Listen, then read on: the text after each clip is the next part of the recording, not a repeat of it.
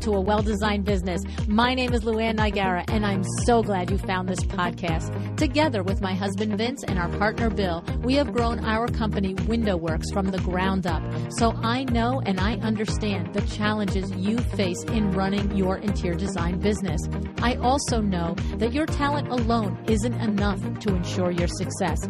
So on this podcast, we talk about strategies and practical steps to help you grow your business. But make no mistake about it, we have our share of fun here too, mixed in with those aha moments that I love so much. This isn't fluff. Nobody has time for that. Whether you are a new interior designer or a seasoned designer, I am here to help you create and to manage the kind of interior design firm that you dream of. It's straight talk and it's action. Are you ready? Let's get started. Hi, welcome to A Well-Designed Business. Nicole Cole joins me today. Nicole wrote to me thanking me for the 5 specific takeaways that she has learned by listening to the podcast, and a 6th thing, which was introducing her to Nancy Ganzekaufer, who went on to become her business coach. And I'm just going to let you in on a not so well kept secret. When you send an email to me like that with the exact tangible examples of the lessons that you've learned and how you've implemented them, yeah, pretty much I usually follow up by saying, that's awesome. Do you want to share it on the show, right? Now, and why is that? First of all, I love the thank you emails. There's no question. It's just like you. You get a thank you from one of your clients. You are doing your happy dance, right? It's the same for me. However, when the email is very specific and it lists, I heard this on this show, and this is why it hit me, and this is what I did about it, and this is what happened from doing it, then, that's just a powerful show, right? Because just to regurgitate a lesson isn't good enough sometimes, right? We need somebody to tell us how did they use it in their own business. And then what happens is it opens a new idea for us. So today, Nicole is going to talk about how the big aha for her has been what she is calling a mindset shift to being the CEO. All right. And as she goes through her lessons that she learned from the podcast and her accomplishments from working with Nancy, you're going to hear this new mindset shift. Her statements and her advice to us are very much the things you would expect to hear from someone who is now clear that they are the leader of their firm, and how it's her responsibility to set the tone, to see that the systems are in place, and to decide the types of projects that she will do. And lucky for us, Nicole shares some tips on how she actually accomplish these things. All right. Now, I'm going to tell you a little bit more about Nicole and her background, but first I want to share some love and thanks to our sponsor, Article. You can set up your account by going to welldesign.article.com. Do you know that when you use that specific URL, welldesign.article.com, Article knows that you came to them through me. And that's important because it is because of sponsors like Article that I can bring this show to you. So please use the URL welldesign.article.com, set up your To The Trade account, and look for some clean mid-century furniture for your next interior design project. Now, Nicole's Philadelphia-based firm is called Vestige Home. Here's a pretty cool fact about Nicole. She is a former officer in the U.S. Navy, specifically a surface warfare officer. I mean, really? All right. Now, do you remember my conversation with Monica Wilcox a few episodes back? She was in the service too.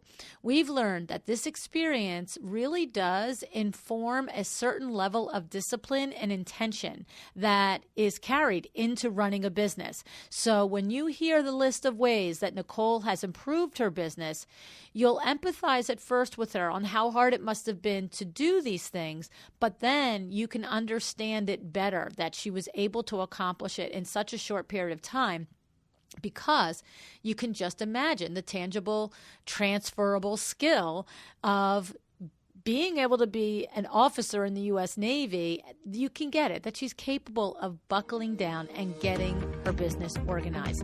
So take a little encouragement, a little confidence from her. Maybe you don't have to join the Navy in order to do it, but you do have to do something, right? You have to figure out a way to get it done for your own business. All righty. Lots of good information coming your way. Here is Nicole Cole.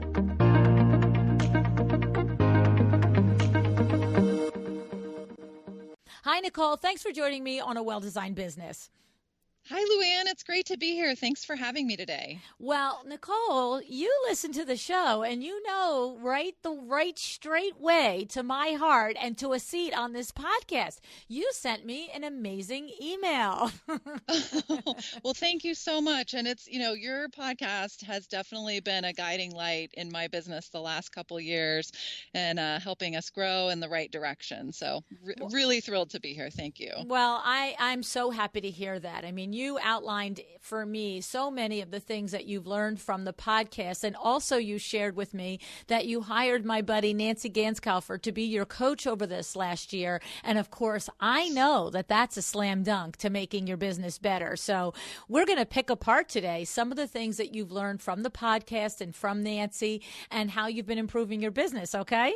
Yeah, that sounds fantastic. All righty. So the first thing that I want to say is that you have told me how much you have delved into creating your systems and your processes. So tell me what that's looked like for you, because I know, talking to designers at live events, they literally, Nicole, will come up to me and say, I know you always say how important it is to create a system and a process, but how do I do it? Right? And I'm like, well, it really takes buckling down. It's not something you do once in a while, right? Oh, absolutely. We live and die by our systems and processes. They are so fundamental in how we run the business. And I think the biggest thing that I've learned from implementing systems and processes is that you feel like you have so much more control over your business. A lot of the sort of like day-to-day questions that when you're first starting out they go away, and you have a lot more confidence, which is huge when working with clients or just even being at a networking event and talking with other people about your business.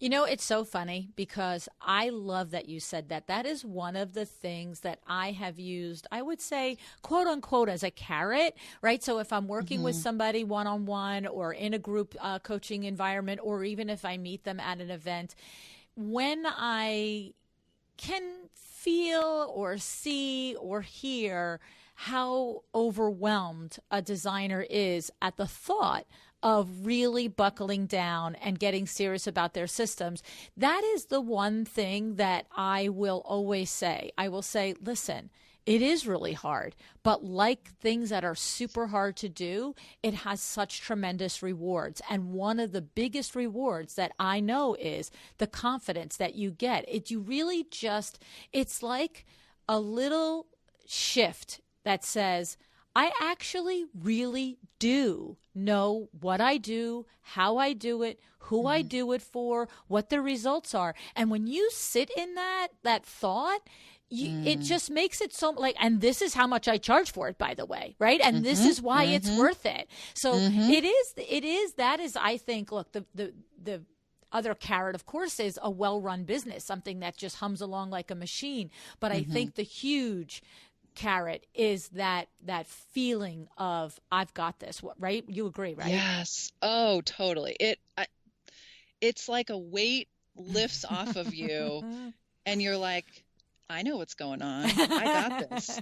And all the like humming, buzzing, like annoying questions that were happening in your mind before, they just melt away because you have a roadmap, you have a strategy, you do it the same every time, you are getting more efficient in what you're doing on your day to day. When you start to bring on employees, it's really easy for them to see how things work because you do it the same every time. And then it's also easier to communicate that to clients too. And I think they feel more confident in the services that you're offering and in hiring you because it's clear that you know what you're doing and you're not just sort of making it up as you go along. Exactly. And so tell us a little bit about, I imagine that's there, of course, there's tons of information and help with the podcast with that, but the real hard work is almost always better when you're working with someone who's paying attention to just you as opposed to a voice coming through your headset, right? So is a lot of that foundational and the creating your systems come from working with Nancy? It does, yeah. She was really the one that got me thinking about systems and processes. Before I had been doing interior design for years before working with her, and I definitely had a much different approach in, especially like sort of in that sales role and that client onboarding role, that sort of was like very nebulous beforehand. So she definitely helped me to refine that and lay it out word for word and be able to have something that I could communicate clearly to clients. Yeah. Well, Nancy and I both geek out on sales, and oh my gosh, it's so great. I know, I love it. And we were recently in the fall at IDS Portland, Interior Design Society, Portland, their Elevate conference. And I know exactly what you're talking about. Of course, I've talked with Nancy a gabillion times myself, but in watching her presentation live to the group, she talked about just what you said, that whole initial onboarding conversation. And, the Nancy G ladder of services, it's that whole ability to say, this is what I do. This is how I do it. This is how you can pay me to do it, right? Not those words, but that's what we're learning in that presentation that she gives. And the point of it is that what she teaches is when you know all the different ways. It's like I always say, know what you'll do and what you won't do, and right. And so she takes it a step further and says, know what way you'll work, what service you'll work, and then when you're on that consultation, you're ascertaining, do you think this person is a terrific candidate for designer for a day or for full service design or for whatever service that you provide? And you literally are available in the moment, in the spot to say, these are the ways that we can work together, and this is the way I think would benefit you the most. Here's how it works. As opposed to because I've had coaching clients where they had one in particular. I can recall a situation where the designer was disappointed that a consult that was for a bedroom didn't turn into the full throw the baby out with the bathwater bedroom. That, the designer had a great idea for the full design plan, but in talking and picking it apart with the designer, it was clear to me that the client wanted a refresh. Right? The client didn't want the throw the baby, and the designer presented the full plan. And I said, would you not have worked for the refresh? Because if you won't, that's okay. Right. But the answer was, no, well, I would have. And I said, well, then you needed to, unfortunately, if you heard what your client was saying, you would have presented an answer for that solution, and you probably would have had the client. And here's what if you get your foot in the door with, I only think I want to refresh paint, new bedding and a new rug, by that, you know what it is. You change this, you got to change that. yeah. Or, this experience was so great. Like, let's do another room, right. or I have a friend, or, you never know where it's going to go. Right. But the point of this whole thing is the clarity in understanding what you will do and what you won't do, and making it clear to a client so that they can select where they will fit in your services, or you can offer to where they fit. And Nancy is huge on helping designers figure that out, right? Yeah, absolutely. And I think also there's something really great in when you know what you will and you won't do, and why that is, that you're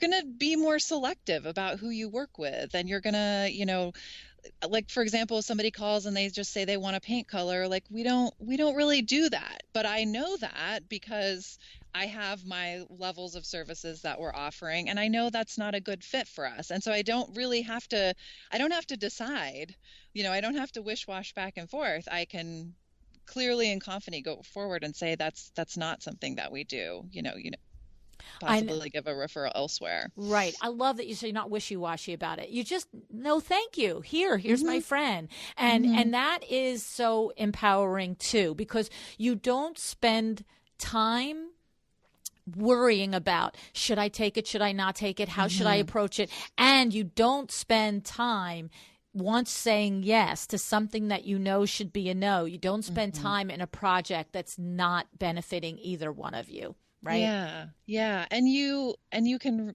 realize that you don't have to be everything to everyone. Right. So I think when you're starting out, that's so, you're just so excited that someone's going to hire you and you're a designer and they value what you're doing. And that can quickly like spin out of control. Right. I mean, I agree. I think that I don't think you have to go through that phase, but I do agree and understand that many designers do go through that phase of being everything to everyone. Of course, we've had designers that are very successful now. I know Mikkel Welsh, I remember him saying, whatever the job was, I did it, right? But I think that my advice in that would be great. If that's how you want to approach it, I love it. It's fine. It's a learning experience as long as you do the learning from it, right? Reflect on every project afterwards, whether it was a small project for a friend. Reflect on, did I like doing a small project? Did I like working for a friend, right? Yes. Take the learning lessons from it. Don't just do it and wake up a year later after 6 or 7 projects and just feel like, this isn't feeling good. You have to analyze what worked and what didn't. And that's where that beginning experience can be helpful. Right, Nicole? Absolutely. And it is tough. Like even with these systems, I still have time because I want to help people, right? And I have a can-do mentality. And so there's definitely times when I'm like, I know this isn't a good fit and I need to say no. Does it feel good? No. Right. Like I know it's what I have to do for the business. And also, that's kind of that mindset shift to that CEO too, is like I have to be doing the right thing for the business. Yes. Well, one of the things I have to say that helps tremendously is if you widen your own community of colleagues, right? Whether you join IDS or you join WCAA or you go to events at the local design centers, or if you're not near a design center, you join virtual chapters. I know both IDS and WCAA have virtual chapters, because what happens is like, I'll just relate it to me. I don't have any problem saying no to a designer that I don't feel like I'm the best coach for, because when I think about it, I never leave them hanging either. I can always say, I appreciate that this is your number one challenge, and I actually acknowledge that this is the first thing that you should address, because when you do, the other things are going to start to domino in place, but I'm not your girl. And here, call Nicole Heimer, call Michelle Williams, call Eileen Hahn. And when that happens, when you can with full confidence know that someone else is better at it than you, then it doesn't feel bad to turn somebody down. So maybe that's something that we haven't talked about on the show. I've never made that connection out loud on the show before, that I know that it's difficult for designers to say no when they feel it in their gut, when they hear their inner goddess voice saying no, but it does make it so much easier when you know who to send the person to. And Nicole, the thing is, I hope you agree with me, it's when somebody's not right for you, most of the time, it's not because you're picking up signals that they're a bad person. It's the type of project or the type of personality. But there's another personality and another designer that would like that project or get along with that personality. Don't you agree?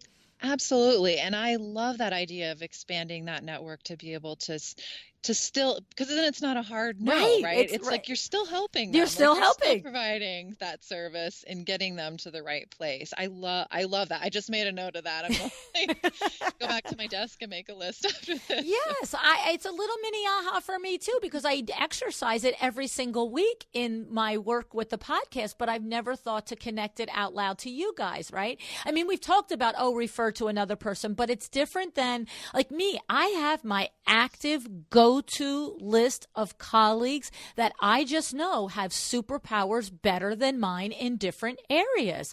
And so, I feel like $1 million if I can refer somebody to a great coach that I know is going to move the needle in their business. And so you can have that too, but it does take getting to know your colleagues and being open and collaborative with them and saying, what kind of work do you really love to do, right? Yeah, yeah, and I think that's when you get the best fit and the best outcome for the client is when it's not just about the aesthetics and the design and the functionality, but the personality is Yes. huge, hugely important. Yeah, that's awesome. I love it. Now, just one more thing on the creating of the systems and processes. We've talked about how important it is, but what was the process of creating the systems and processes like for you, Nicole? Did you do what we talk about often on the show, just commit a block of time each week to working on the big picture of a system? Or did you, hole up for 2 weeks and just say, that's it, I'm not coming out until I have a manual? Like, how did you do it? So I would say it was more of the first one that, committing some time every week to putting those in place. And we started out with like the broader big picture things. So what does our client intake look like? What does our design process look like? What is the execution phase gonna like? Even just breaking up into those phases was something that we needed to do. And then we drill down into more of the minutia, more of the even just like business practices, like how do we create an invoice? How do we set up an initial phone call? What do we say in that initial phone call? Like, breaking down into the smaller bits, because I was running the business at the time. So I needed to keep bringing in revenue and income. And so I needed to kind of keep moving forward. Couldn't really say like, I'm going to just take 2 weeks and dive in, although that sounds super dreamy. And so it's been a slow refinement over, 18 months. Yeah. Well, so that's what I love about it is because, yes, it is highly unusual that anyone can just like stop the track and train on the track and take 2 weeks out. And I'm not so sure how productive it would be anyway, right? Because there just seems to me that by the third day, you'd be like, I'm over this, right? Yeah, people go kind of crazy. Yes, right? And that doesn't mean it's not possible, but I like the idea of doing it weekly. I always am a big cheerleader for that method.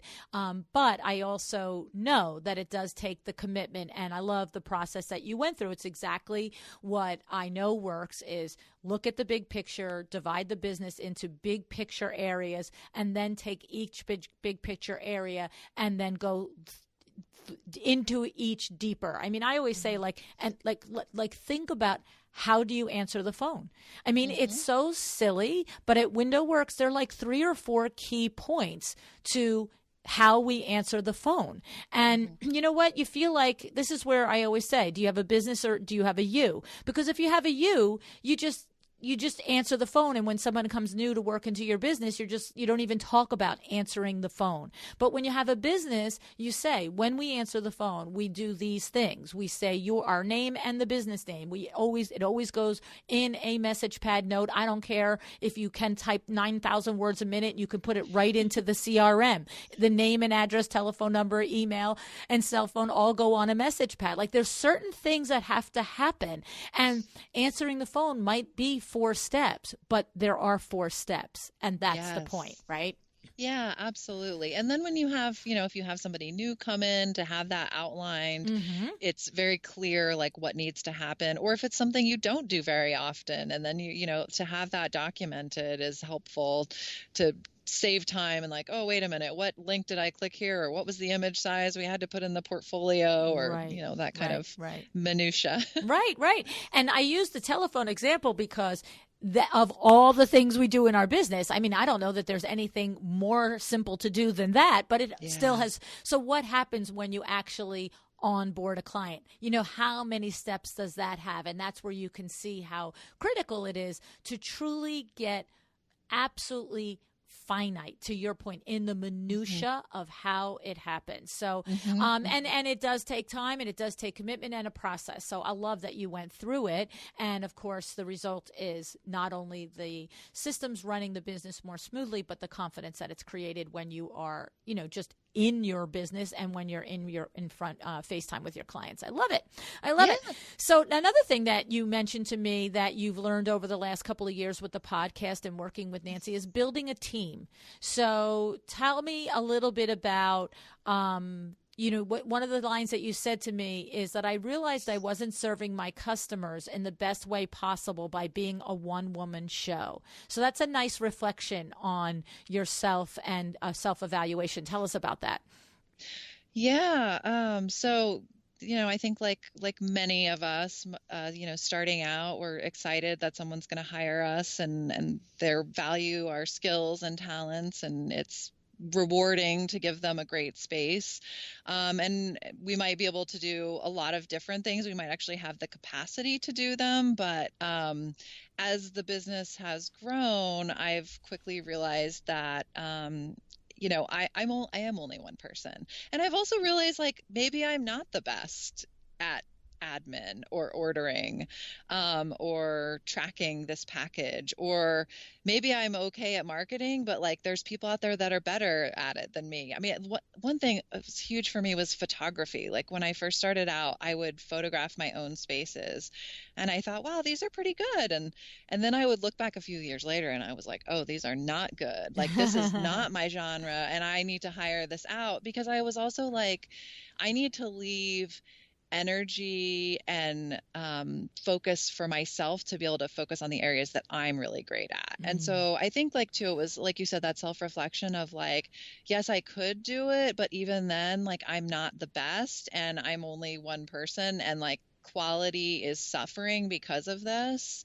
One of the things, like I hired an admin and logistics manager, and it's because I knew I could get my ordering done faster if I had someone else. And like that was going to result in a quicker turnaround time for client projects. And, having somebody to be able to communicate directly with the clients about those things. I was like, that's the kind of service that I want to offer. So it was less about like, I sort of had to get on my own way of being like, well, I can do those things. I'm like capable, and be like, but you're not the best person to serve the client. So really like turning the focus around to the client and what they need from us to have a successful project and end product was kind of like I started thinking more about the client instead of about myself.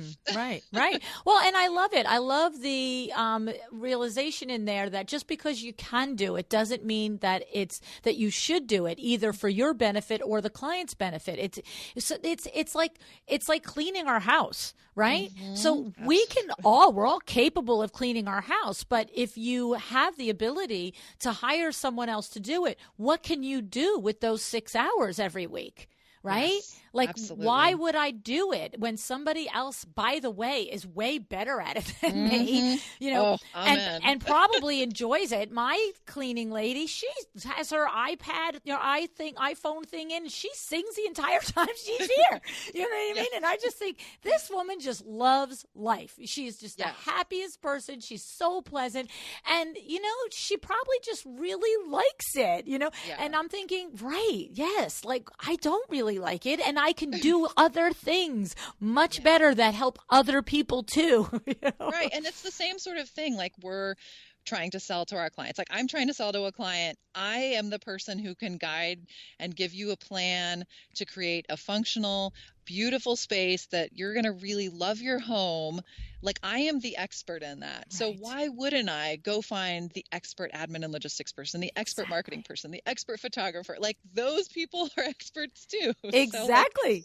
It's right. It's so true. We want our client to expect, like, and it's like you're right. A client saying, well, I mean, I can search the internet for 9,000 years and finally pick a sofa and a lamp and a love seat, right? It's or I could do it for you in 20 minutes because I'm trained to do it. Right. That's what I do every day. Exactly. Yep. I love it. And to your point, it is to the benefit of the client. I mean, just thinking about how, as a creative person, as the person who needs to be doing business development, who needs to be doing FaceTime with a client, to think about the clog in the business machine. If you are also the one preparing POs, writing POs, executing POs, following up on POs. Oh my goodness, right? Oh, I know. So much. I know. It's brutal. Not possible, really. It's like also not possible. Like I think it's easy when you're like a motivated, enthusiastic, overachiever type person. Right. Like, yeah, I can do it all. I got this. And then there's the reality of the actual hours in the day and your energy level and having some sort of life outside of the work and just all the other like human being stuff. And the thing is, there's so many options for that in addition to hiring somebody full or part-time within your own firm. I mean, the industry has changed. You can outsource a lot of that to a subcontractor, a 1099. You know, you've got Brittany Elms, my design assistant. You've got Yashley and Taylor at Do Not Let Us Design for You. You have Bethany Maybe of Interior Procurement Services. You know, there's a lot of firms, Sarah Dernier, you know, there's a lot of people that they love doing that part. Like they love the, you know, the spreadsheets and the tracking. right. So I think it's, yeah, and the thing is, to your whole point that, you know, talking about the CEO mindset is to really be real with yourself and have that, look, just because I'm capable doesn't mean I'm the best person. And that is this, to use your word, that is the mind shift that has to occur. It's not just, and sometimes I feel like we feel guilty. Well, I can do it, so I should do it. Why shouldn't I? I can't hire somebody to do that, you know, I can't afford to hire somebody to do that. But that's where that clarity comes into play, because if you can hire somebody at $20 an hour to do something that you're okay at and not superstar at, and you can be earning $200, $300 an hour while they're doing that $20 an hour job, it's sort of, even I who don't know how to do math knows the math on that. Right. And I think too, like taking baby steps through it can be a good approach. You know, when I first was kind of like starting to outsource things, like one of my first things I did was I hired an accountant, and like that seemed so scary at the time. Like, oh my gosh, I'm going to have to like pay them monthly. And like, but I knew I needed to do it. I was, you know, I tried to do my taxes a couple years. I mean, I did do them, but I was always like worried I'd made a million mistakes and I don't know when the IRS is going to call me. But so, you know, I was like, okay, I've got to like offload this. So I did that. And then I was like, okay, that feels good. And I can like pay them every month and I feel all right. And then I like outsource my bookkeeping to my mom. And then that was great. And like every time I've done it, I've never been like, wow, I wish I didn't outsource that. It's the truth, right? And it creates, like, why didn't I do it sooner? Right. And you always find that it creates more time. You're just like, and you create more money and you create more projects. You're like, you know, and I have to say, I can't even imagine starting a business without a CPA. Like, I just can't. That's just that scares me. That terrifies me and scares me at the same time. You know, I mean, to your point, to sit there and, you know, maybe if you've got a spouse or a parent or somebody super, super trustworthy that is an accountant that, you know, could do your taxes the first year or two. But even just beyond that, the making sure that you've got the right business entity designation, that you're taking the right deductions, that you're taking as many deductions as you can take. Let's start with that. Why? You're working hard for the money, right? Like, let's keep most of it in-house so you can build more get things. More, but or not have to pay. Right. Yeah, but we don't know because we're not accountants. Right. I mean, talk about people aren't an expert at selecting interior design items. Really? Yeah. You like you know how to do taxes? Right. The risk is a little bit higher there, folks. Yep. Yeah. It was a, you know, so the baby steps I think can be helpful, you know, if you're, you know, more limited in what you can spend, or, you know, just generally nervous about it. That's sort of my approach in most things in life. I like to dip my toe in, feel like it's okay, and then I put the next toe in, and I kind of just like to gently take those steps. I'm not a, you know, plunger, belly flop, all in kind of person. See, that's the moment where I wish I could name the shows creative fun titles instead of things that are searchable by SEO, because I'd be like, I am not a belly flopper. Nicole Cole is not a belly flopper. Find out why. Exactly. One day we'll be able to name titles like that. Could you imagine you're scrolling in my feed, like, what the heck is that? Yeah, right? Anyway. I mean, it could definitely pique some curiosity. Well, this is true. Oh, man. Okay. So this leads us into your, you mentioned it a little bit earlier, but it leads us into how you learn to create your business and build your business while focusing on your client experience. So tell us how all of this informs that and the other lessons that you had related to that. Yeah. So, I had mentioned it a little bit earlier, but realizing that as a one-woman show, not really providing the best experience for my clients. And so one of the other things that we're really focusing on this year is the actual like client experience, in terms of, like you said, almost like that. How are we answering the phone?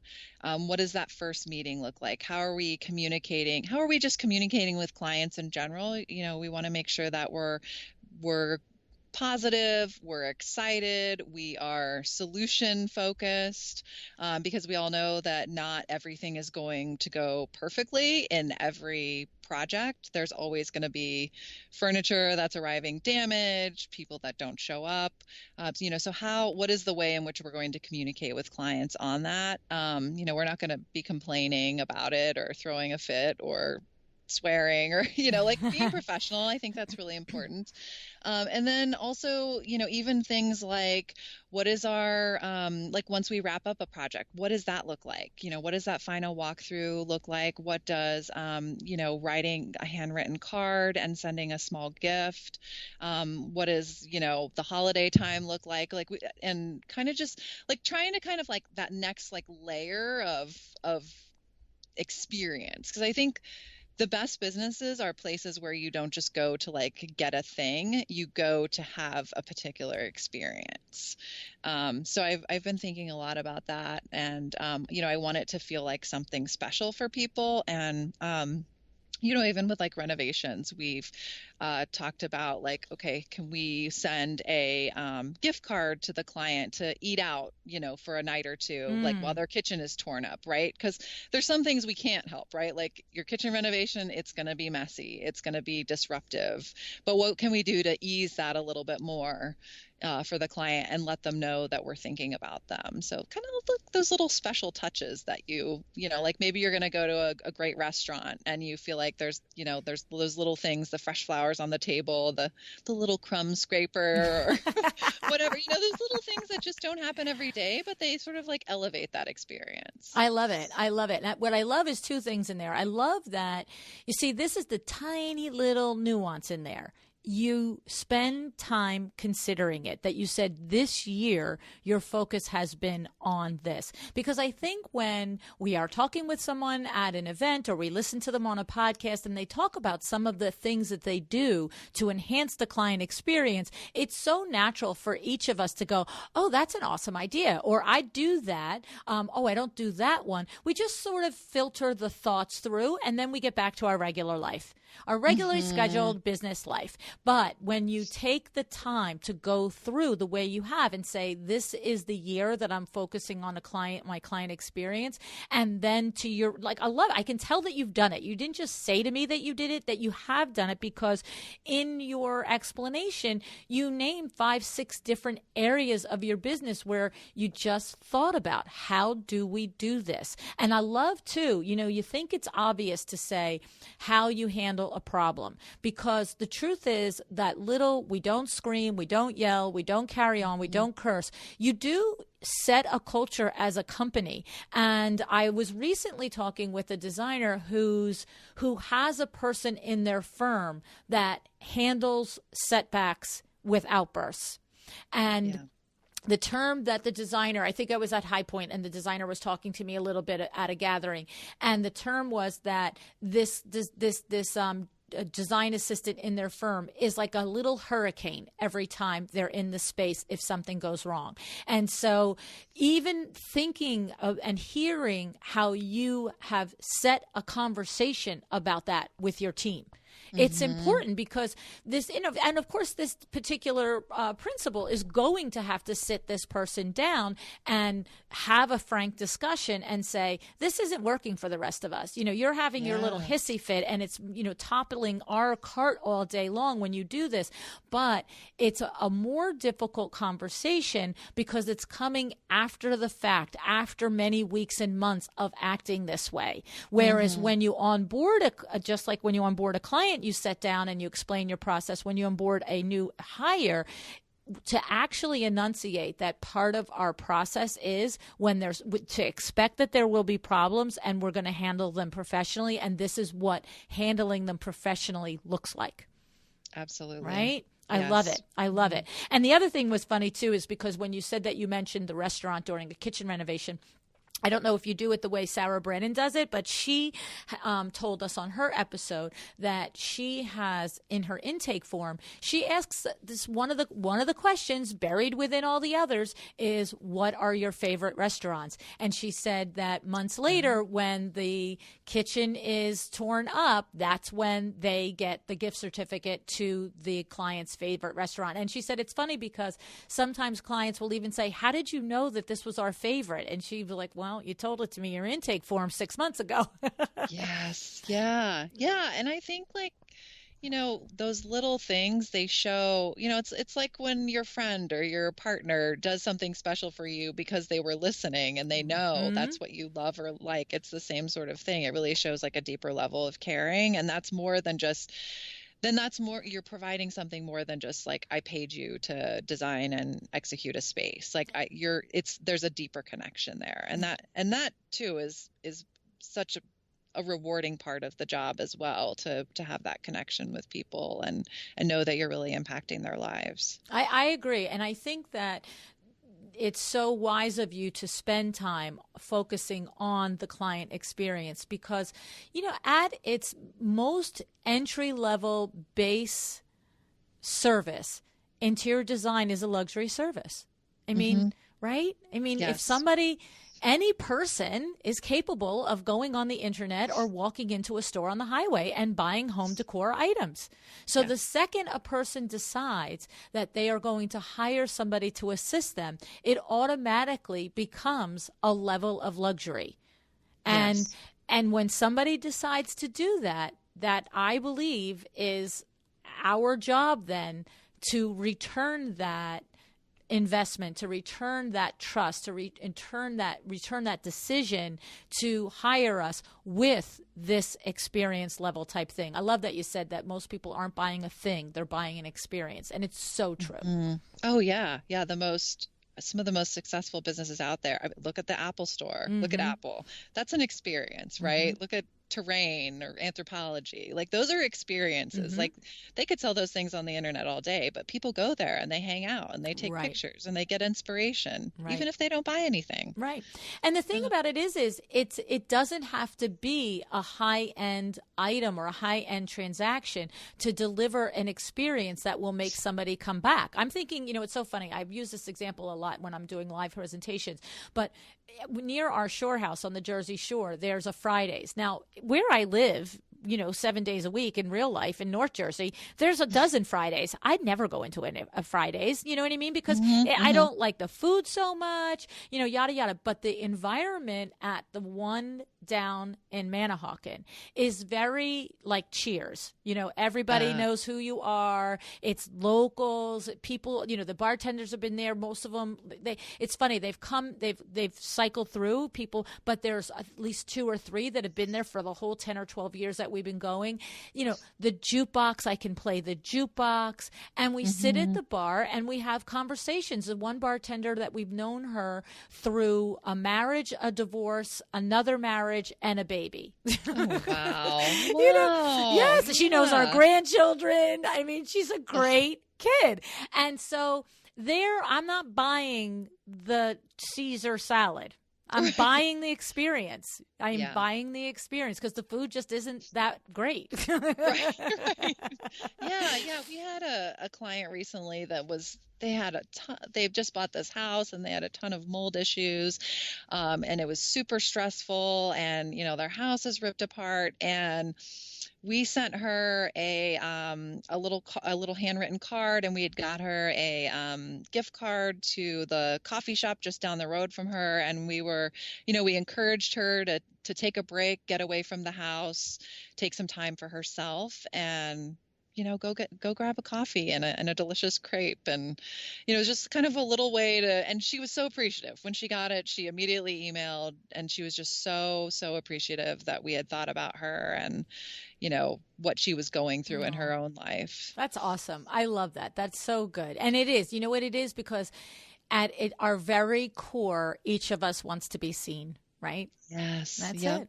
That's it. Yeah. And when you see your client, they appreciate it and they know it and they remember it, and it's beyond the design that you've delivered to them. That's expected to be well done, right? Mm-hmm. But the other is the added benefit that makes them remember you and come back to you project after project, and more importantly, to refer you to anybody and everybody that they can tell how great you are. Yeah. Yeah. And if it's something, if what you're doing is something that somebody values and their friends value that's really like the perfect client, right? Because you're jiving and like what your values are. So Exactly. Great. Another lesson that you described to me in your email was that you have learned that it is important to focus on profit. Oh, yes. Music to my ears. Is this a business? Should we be making money? Only if you want to keep doing the pretty, right? Right. Yeah. Yeah. So what have you done there? So yeah, that's been a huge, I feel almost silly saying this like now, but it's been a huge mindset shift. I mean, again, when I was first starting out, it was like, let me charge $40 an hour, and I'll sell product at cost, and I won't think about anything except like giving myself a paycheck. Like, my goodness. The whole like business part it just wasn't even there. Right. And, but I did get amazing experience. So that was great. That was my takeaway from that. But yeah, looking at like, what do I need to run a business? Like, what is my overhead going to be? Like, how am I going to pay my accountant? How am I going to pay employees? How am I going to pay for an office space and computers and marketing and photographers? And so, yeah, I definitely had to have a mindset shift, that I needed to have different revenue streams, different ways of bringing money into the business. Like before, I wasn't really involved in like trade furnishings. So that was a big thing for me to start going down to the High Point Furniture Show, seeing what's available there, developing relationships with vendors in that way. Your podcast and Nancy's coaching like definitely helped me move through like this like weird guilt. I don't know where it came from about this. So I'm really thinking a lot more on like what does the business need to keep trucking along, and just being more cognizant about the financial reports, looking at stuff regularly, and looking at the profit and like the what's my margin overall, and how much do I need to pay the monthly bills, and all of that kind of stuff became really important. Yeah, there was a line that you said. You said, initially making a profit made me feel guilty, and your podcast helped me move past this guilt. Mm-hmm. Well, can you, I'm sure you're not alone in that. Do you have any idea of what that was? Why making profit made you feel guilty?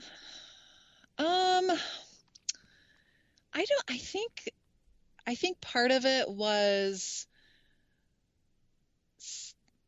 I never had exposure to the way businesses worked. So somehow I thought, well, if I'm making more than an hourly, like what I need to pay myself, then somehow I'm taking advantage. And I don't know if some of it comes from like weird cultural expectations about women, and also like there's this idea of like being nice. I think there's also this like cultural expectation of like giving a good deal or giving good value, which are actually two different things. But giving, like providing a good deal, or that it's our job to give people a good deal. or to save them money. I think it was like a lot of weird, tangled up, like a nasty yarn ball. Yeah, because even when I first started selling furniture, like that felt really weird. And now I'm like, this is amazing. Like, this is so wonderful. Like, yeah, I think maybe it was like a weird combination of like how I grew up and like some cultural things. And again, like not really approaching things from a business mindset. Because if you look at any business that's operating successfully, like this is not like we're not doing something that's like weird or slimy or well, and that's the thing. It's like I know that it was real for you. I can hear that it was real, and I've had enough conversations with designers to know that it's real. So I don't say I don't understand it. I don't say that, oh, that's silly. I don't poo-poo it, right, is what I'm trying to say. I don't minimize it, is the way I want to describe it. But I often ask, and almost everything when I'm talking with you guys, I say, think of yourself as a consumer. Think of yourself as a consumer. Like, when you've walked into a Starbucks and paid $2 for a black coffee and $4 for a coffee where they mix hot milk into it? Right. What? You know what I mean? Like, have you just been, hey, this is great. Somebody made the coffee for me and it tastes better than I make it. Yeah. Right? I mean, you're not sitting there going, I'm sorry, it costs you 28 cents to make this coffee and another 3 cents for the materials, the beans itself. So this should be 31 cents, right? Yeah. I mean, the portion of the barista's hour, even if you put the barista's hour in it, okay, right? Like, so this is a 30-cent cup of coffee that I just paid $4 for. Yeah. So, I mean, and that's the thing. It's like, I think that it is real. It is real, the guilt about making money and being profitable, but you also routinely pay for goods and services and experiences yourself as a consumer every day, and do not begrudge the person that you're paying for it for, right? Absolutely. Yeah. Right? Yeah. And so I just think it starts there. I think it starts with recognizing that, what I always say, your client is a grown-up. It's, when I had my Sales for Creatives course, one of the modules was called Don't Save Your Clients Money, right? Because they're a grown-up. I got news for you. When they emailed and did your inquiry form or phoned your studio, they kind of expected it to cost money to hire you. Like, there was no expectation that this would be free. Or it would be at cost, right? Now, that doesn't mean that they don't come to the conversation, go, I want to pay cost for, product and this and that. That's a whole nother thing, right? But they're coming through the door as a grown-up who's already had the conversation in their mind or with their partner that says, are we thinking about contemplating paying an interior designer to do the part of this process that we don't know how to do? Yes. So I'm sorry. It's like walking through Starbucks. I've already decided I'm going to pay somebody $3 for the thing that I could have made for 10 cents at home. I've already decided. You don't have to check me at the door. Are you sure? I should give you a good deal. I mean, I'm sorry I have to charge you $3. Does Starbucks ever say, I'm sorry I have to charge you $3 for this coffee? Right. Exactly. Yeah. And I think too, like when you've been doing it, or you have a natural talent or you've been doing it for a while, like there's this like, well, it's really easy for me. So like maybe then I shouldn't charge more because like it's not really hard, or you're just not exposed to like the numbers, like the number, like saying to somebody, I'm going to charge you $225 an hour sounds like really scary. You're like, who am I to do that? So I definitely think there's, like a confidence of it too. And that was one of the great things about hiring Nancy is I'm very good at taking direction. So she just told me what to charge. I love She kept telling me to raise my rates. And I said, all right, well, Nancy told me so I'm going to do it. And I know. I've done the same with the designers I've coached too. I'm like, I'm sorry, it's just more money next time. It's just, okay. I said the story one time about Wendy Wallace-Chuck, my good friend friend Wendy. She came to a Power Talk Friday tour at High Point in 2018. And, you know, when the whole magic of the Power Talk Friday tour is that it's a small group of designers. And after all morning learning and collaborating together with the guest experts, then in the afternoon, we break up in tiny groups sometimes one designer and one coach, and sometimes two or possibly three designers and one coach. And I remember when it came to be my turn at at Wendy's table, she just looked at me. She's like, Lou, you're going to be proud of me. I'm like, I'm ready to be proud of you. And she's like, I decided that when I get back in January, my rates are going up to XYZ. And I love Wendy, and she knows I've told the story. I've asked permission to tell it. And I just, instead of being like, yay, I was like, why are we waiting till January? And she just looked at me. And I said to her, I mean, why? And she said, well, I mean, it's October. I feel like, you know, start the new year off and give people a chance to be prepared. I'm like, give people a chance to be prepared? Right. Like, who out there is calling you in October and saying, what's your rate? Because I'm not going to hire you till January. I better be prepared. Right. Like, I'm sorry. No one, who needs to be prepared, sweetie pie? Yes, it's you, right? And I love her because she's so open to learning. It's, you know, there are people that go, yeah, but, okay, sorry, right? No, yeah, buts in my world. And so but I never forget it. She literally stared at me about 5 seconds, just looking at me, and you could see her brain whirling, and I'm just looking at her, and she goes, I'm doing it when I get back. And I said, next client that calls, you just say the new rate. And 2 weeks later, she emailed me. She goes, I make $50 more an hour. We're starting now. And the first person said yes. And that's the thing, because it is really between your ears. It really is. And another thing I want to say about that is that another obstacle that I have heard in talking with designers one-on-one is when I have encouraged them to raise their price, to go from $75 to $125 or to go from $175 to $250. Whatever the rate is, encouraging them to go. One of the pushbacks I've heard is, well, I'm already at this rate struggling and I feel like I'm getting no's, right? And I feel like people aren't necessarily always hiring me.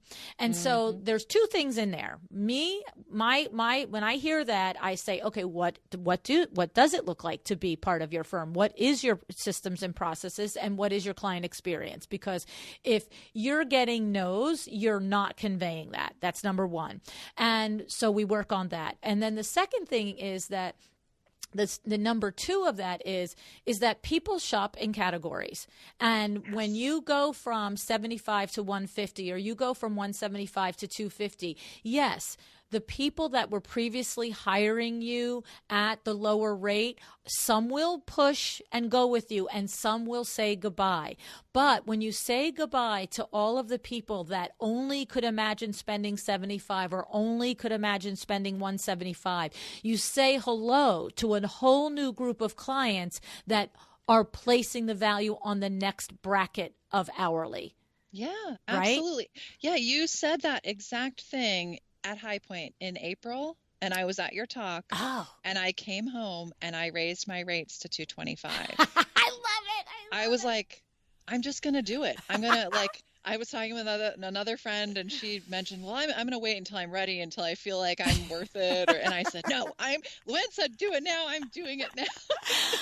I'm so glad I didn't know that story. I'm so glad you did it, because it's true, right? It is. And to your friend that said, I'm going to wait till I'm ready, that's really what it is. It's, and that's why I admired Wendy in that moment, because it took her about 50 seconds to be ready. She just went and she sat there, but she also has confidence in her process and her systems, because she intentionally invests in working time and money in working on her processes and her systems. And she is just super business lady. And so that's, it's right where we started, right? It's right where we started. You said, when I really took intention to take care of all of these things in my business, it created confidence in everything else that I do. And that's exactly what happens. Yeah, absolutely. I love it. I love it. And so the last thing that you mentioned to me was spending your time wisely, saying no, minimum hours, minimum projects, recognizing red flags. We have covered a couple of these things throughout our conversation, but maybe we didn't talk about minimum hours and minimum projects. Is there something there that we could share and teach with our colleagues? Yeah. So really, so for us, there was a time when if it was, I just need a paint color, or I just need, help me with my pillows or a rug, I would say absolutely. And, we'd work whatever those hours were. So I'm trying to remember when this was, maybe a year ago, maybe it's been a little longer. We went to a 10-hour minimum. So we do have a 10-hour designer on call retainer type program. So that is for the clients that come to us and they want to work with us, but it's kind of like a lot of little things that they need. They don't need a full room, a full design plan. And so that's been great too, because that's kind of helped to weed out the things that they just don't feel like a good fit for us. And that kind of goes back to that whole saying no thing too, because we are a small firm, just like going over and helping somebody pick a paint color or pick a few pillows and a rug, like it just doesn't feel like the best use of our time.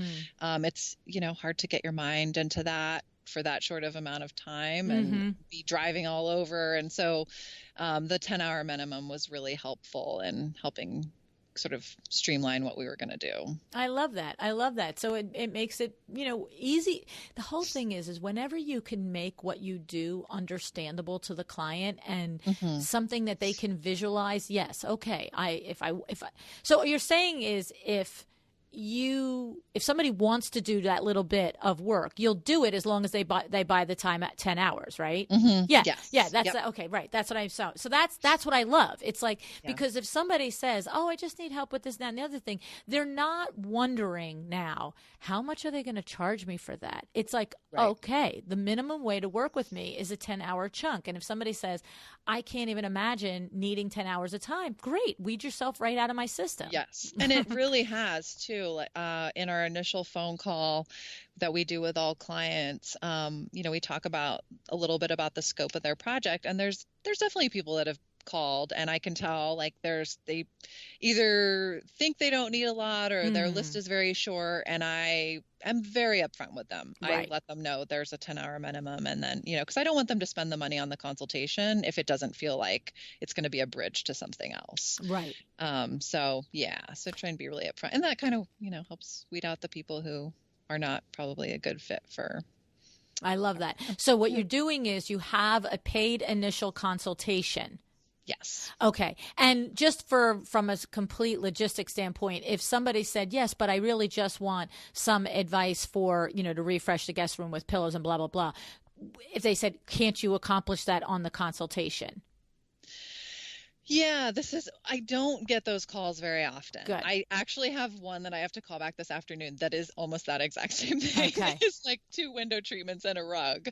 And she's also a referral from a friend. So that makes it a little bit more complicated. But yeah, on the consultation is an opportunity for us to meet, to get to know each other, for me to gather information about the functionality of the space, the style, and the aesthetics. I do give a little bit of feedback on site. I share what our design process looks like.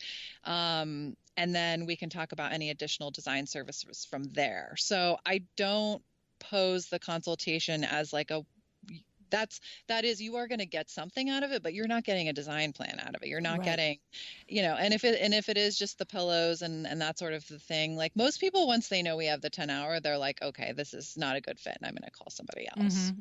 Well, the truth is, see, where I would see is from a selling standpoint, and the selecting of the words and the leading of the conversation. If somebody said that to me and said, oh, well, I'm not going to need the 10-hour. I mean, the 2-hour consultation, can't we get it done? It's, of course, here's what I love. Anybody that's worked with me in my masterminds, my Power Talk Friday tours, everything knows that what I love, this is the line. In my experience, okay? So if you start with that, there's no debating it. I'm going to share with you my exact experience. So there's no yeah, but to that, right? So when you say, in my experience, I understand how a client like yourself could think that in our 2-hour consultation, it's possible to not only explore what you need in your guest bedroom, but maybe make the suggestions for the pillows and the refresh of the items that you're considering. But the truth is, in my experience, it often takes more time than that. I can see in that visit that you might need a new piece of art or a new rug or some new pillows, but I'm not going to have the opportunity in that time to actually find the right ones for you.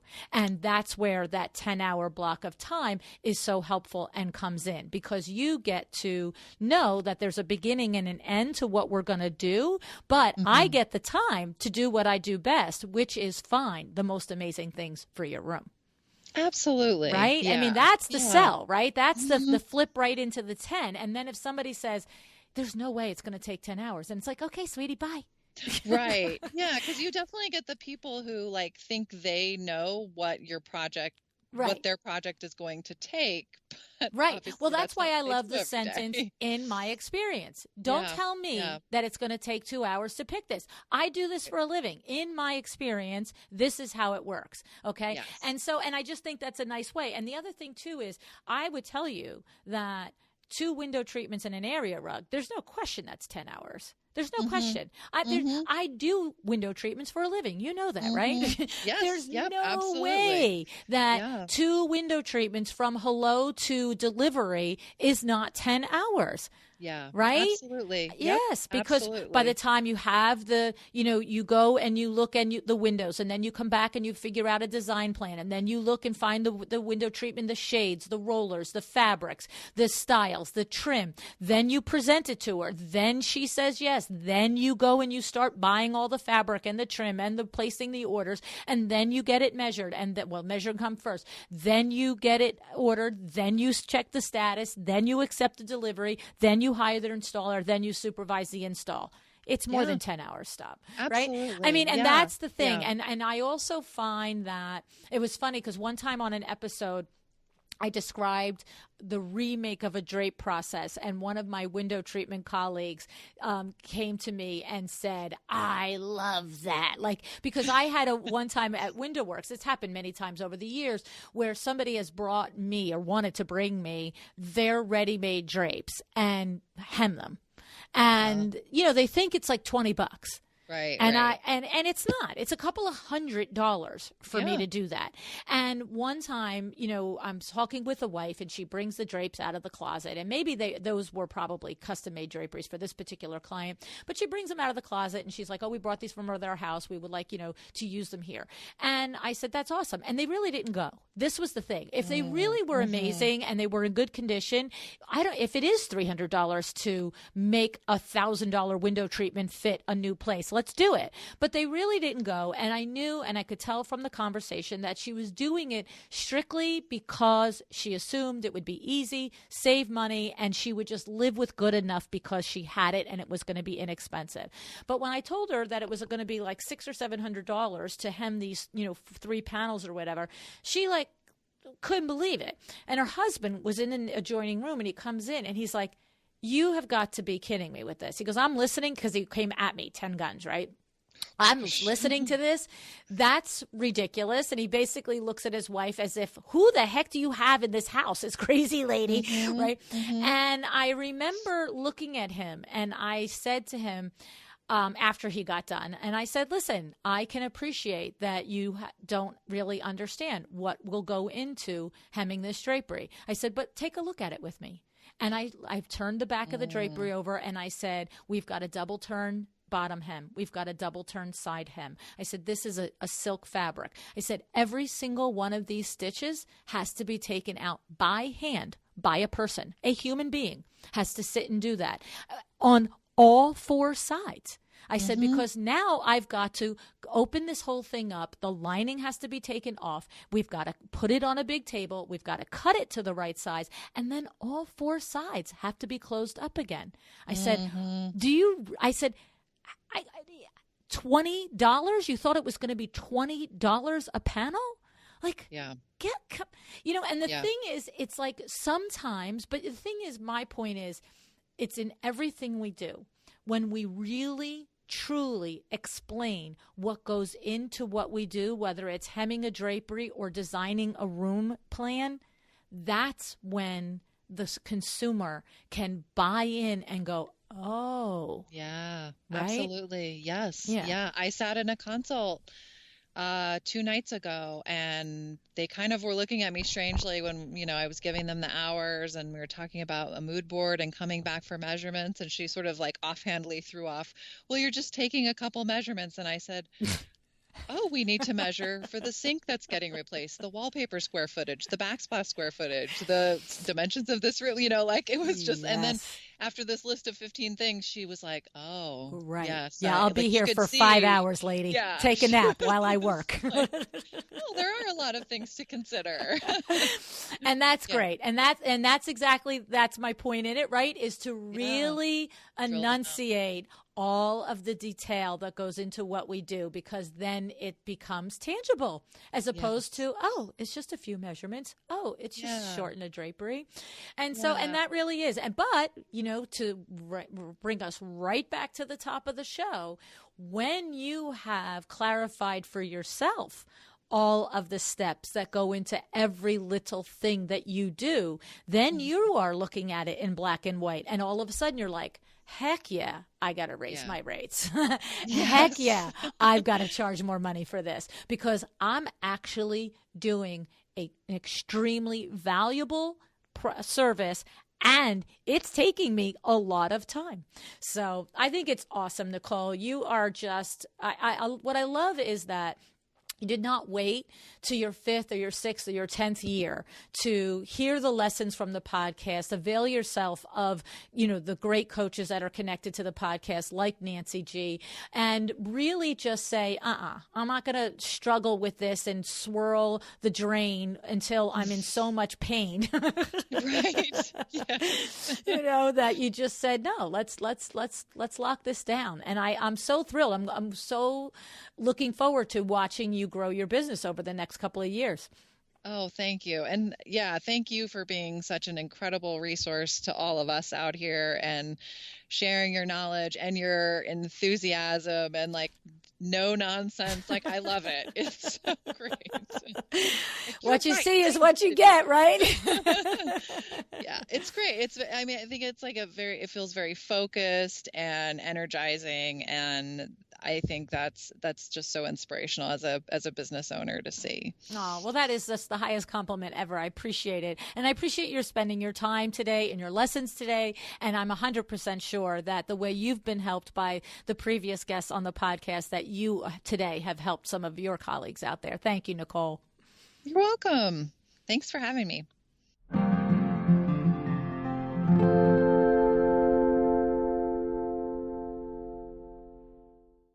All right, let's recap these 5 things that Nicole learned, shall we? First, shifting her mindset to CEO. Nicole said that one day she realized, I am no longer just a designer, right? This was her aha moment, that she was the CEO. And as the CEO, she had responsibilities to herself, her team, and her clients. But you know what else comes with responsibility? Power. Power to do, power to grow, power to lead, to be, to earn. This is the cool part, right? All right. Number 2, she learned it was important to build a team, specifically to hire out for the services that you're not good at, like coaching yourself or being your own bookkeeper or accountant, right? I think we can all get on board with that thinking.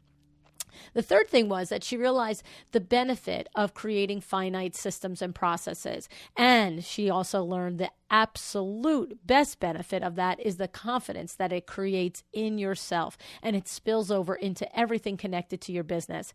I am a broken record on this, I know. But for today, if you are one of the few that still doubt this, and you doubt the hundreds of your colleagues that have come on the show to attest that confidence comes with establishing your systems, I'm going to challenge you.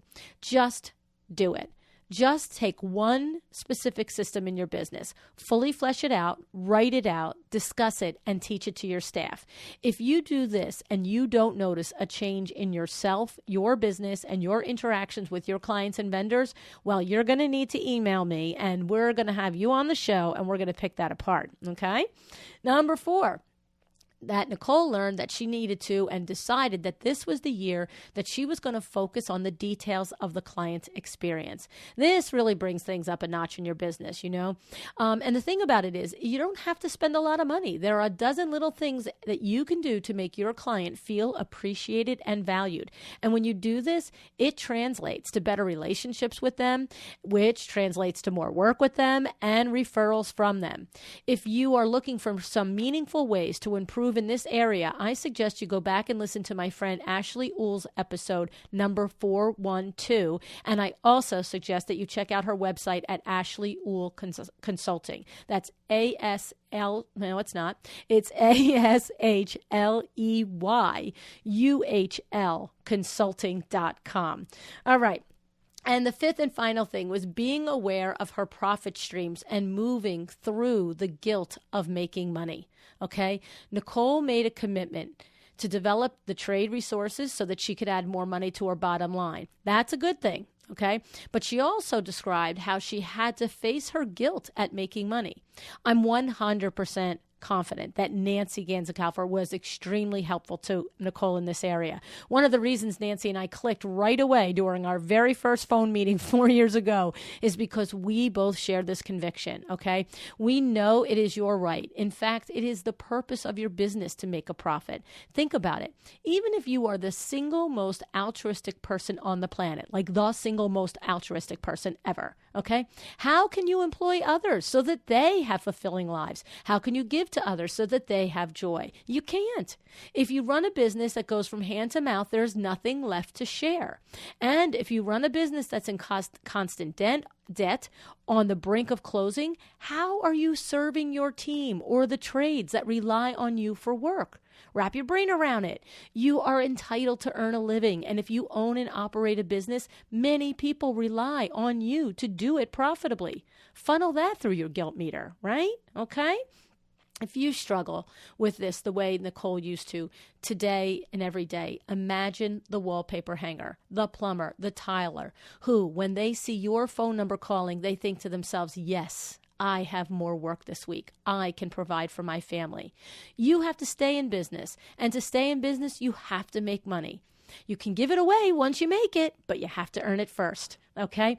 Now, I'm so happy for Nicole sharing these with us. And during our conversation, I mentioned a lot of resources and previous guests, okay? So there's lots of episodes to go back and check. You have Nancy Ganzekaufer's episodes, Michelle Williams, Ashley Uhl, Mikkel Welch, Eileen Hahn, Bethany Maybe, Sarah Dernier, Brittany Elms, Do Not Let Us Design For You, Sarah Brennan, Kimberly Merlitti, Wendy Wallace-Chalk, okay? All of the links to all of these episodes will be in my show notes. And of course, I also mentioned the game-changing Power Talk Friday tour, okay, which is right around the corner at High Point. If you want to join me for this outstanding one-day coaching event, please go to powertalkfriday.com and get on the list to know when registration opens.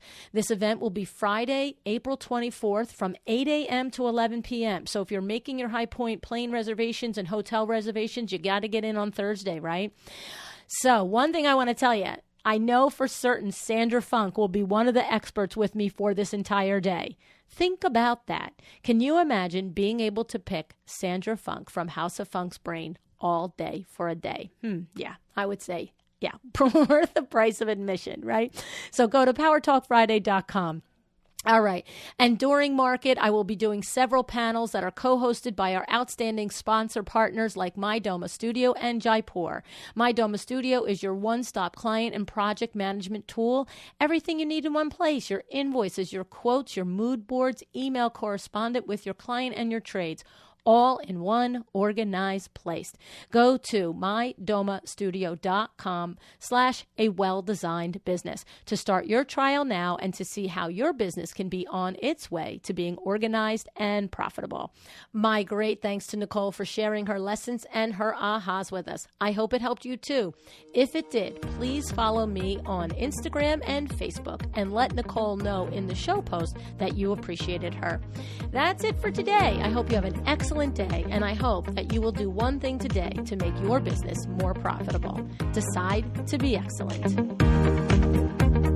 Thank you so much for joining me again today. This podcast is a production of WindowWorks, your resource for custom window treatments and awnings. To learn how we can help you on your next interior design project, go to www.windowworks-nj.com. And if you're interested in working with me on your business, either through masterminds or one-on-one coaching, or you want to know how to get my book, The Making of a Well-Designed Business, or you just want to know what's going on in the podcast land and where I'm going to be, all of that is found at LuAnnNigara.com. Thank you so much. Have an excellent day.